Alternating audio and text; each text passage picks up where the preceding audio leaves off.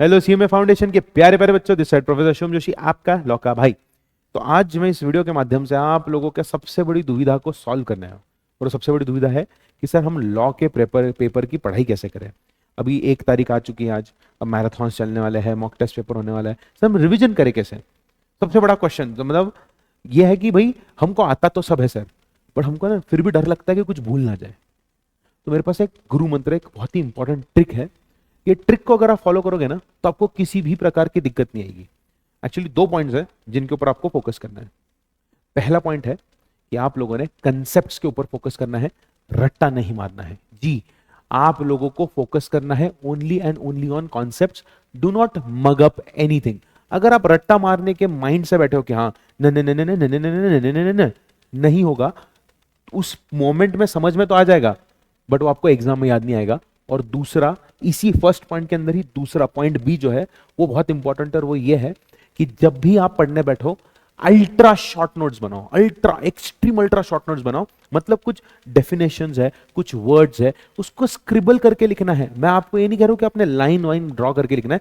Read क्या, consideration की definition, हाँ हाँ हाँ, कंसिडरेशन के रूल्स, हाँ हाँ हाँ, इतना ही करके आप लोगों ने करना है और कुछ भी करने की जरूरत नहीं है। इसके अलावा आप लोगों को याद रखना है जो मैंने बोला इंपॉर्टेंट कंसेप्ट है। इंपॉर्टेंट कंसेप्ट यानी कीवर्ड, जैसे कि हो गया रेमिशन, अल्टरेशन, है ना, रिसेशन।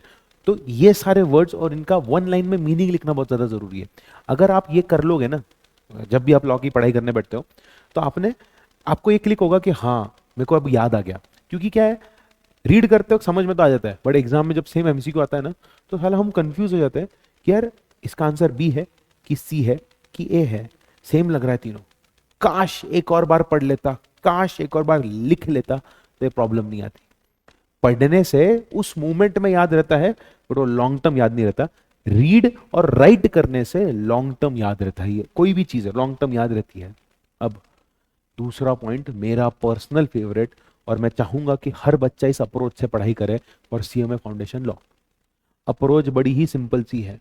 अप्रोच ये है कि आप लोगों ने, अब आप बोलोगे सर ये तो स्ट्रेंज है बट इफेक्टिव तो रहेगा, एमसीक्यू से थ्योरी में जाना है। अब बोलोगे सर मतलब क्या है। मान लो आज आपने 50 एमसीक्यू सॉल्व करने लिए है जो रैंडम मिक्स्ड एमसीक्यूज है सारे टॉपिक्स के, या आप टॉपिक वाइज एमसीक्यू कर रहे हो, जैसा भी आप एमसीक्यू पढ़ रहे हो वैसे। When you are reading the MCQ आपको एक कंसेप्ट क्लिक होगा, हाँ ये कंसेप्ट तो है माइनर वाली, माइनर का क्वेश्चन है, इसमें 3-4 ऑप्शन दिए हुए हैं। अब इस केस में क्या करना है, instead of seeing the answer पीछे क्या है, खुद को मार्क्स देना कि हाँ मेरा बराबर है, go to the concept, just read it once. आप समझेगा और उधर पेंसिल से स्टिकी नोट लगा के वहां पे लिख दो, फिर एमसीक्यू के ऊपर आओ और फिर आंसर को टिक करो। मतलब आपका जो स्टेप नंबर 1 क्या था, एमसीक्यू रीड किया, मेरा आंसर टिक किया, पीछे आंसर चेक किया, करेक्ट है कि गलत है वो चेक किया, और हम आगे बढ़ते हैं। हाँ फिर अगर मान लो पीछे का आंसर अलग है, मेरा आंसर गलत आया, तो बोलते हाँ हाँ इसका आंसर तो डी रहेगा, आगे बढ़ता हूं। यही चीज की वजह से हम लोग एग्जाम में गूफ अप करते हैं।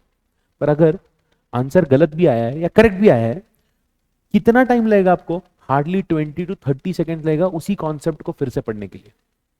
और आप लोग जब क्वेश्चंस करते हो ना तो आपको तुरंत क्लिक होता है। अभी इसका सेल ऑफ गुड्स का अगर कोई क्वेश्चन आता है, नेगोशिएबल्स का क्वेश्चन आता है, तो आपको तुरंत क्लिक होगा कि हाँ इसकी कॉन्सेप्ट में मुझे घुसना है, कंसेप्ट समझ में आ गई तो मेरा आधे से ज्यादा काम खत्म हो जाएगा।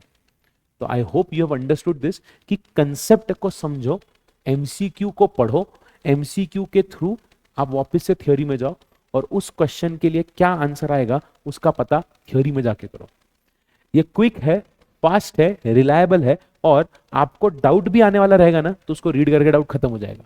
तो जो डर लगता है ना कि यार ये नहीं आ रहा, यार इतना इजी था मेरे से क्यों नहीं हुआ, शिट, नहीं, read the options, give your answer, look at the answer at the back, even if it is correct 2 minute लगेगा, चेक करो, चेक करके वापस से आ जाओ।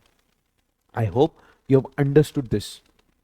अगर आपको इससे रिलेटेड और कोई भी डाउट है with respect to law and communication, feel free to comment and I will make a video with respect to that concept for you guys. So this side Professor Shivam Joshi signing off, and all the very best for your exams.